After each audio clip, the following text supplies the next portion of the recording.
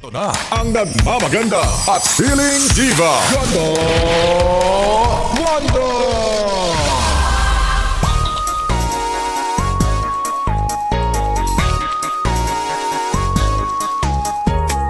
Huwag kang pala desisyon sa buhay ko. Huwag mo akong inuutusan. Inuutusan?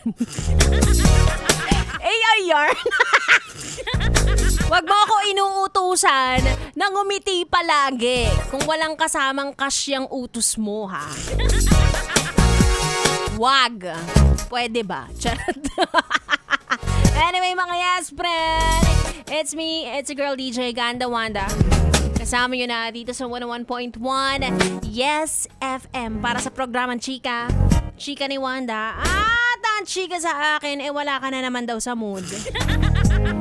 Bakit? Bakit? Ha? Bakit? Nakakita ka na naman ng pangit, ha? Sinabi ko naman kasi sa'yo, huwag ka masyado tumingin sa salamin. Oh, diba? May nang bad trip na naman daw sa'yo. Ay, naku, yan na nga bang sinasabi ko eh.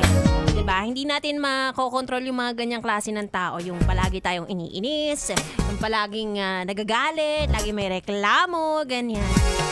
O, ending, ikaw pa ang talo kasi ikaw ang kumunot ang noo. Ay naku, nakaka-wrinkles yun, sinasabi ko sa'yo. Diba? Maaga kang tatanda, wag. Hindi para mahalata nila na 38 ka na. Anyway, highway.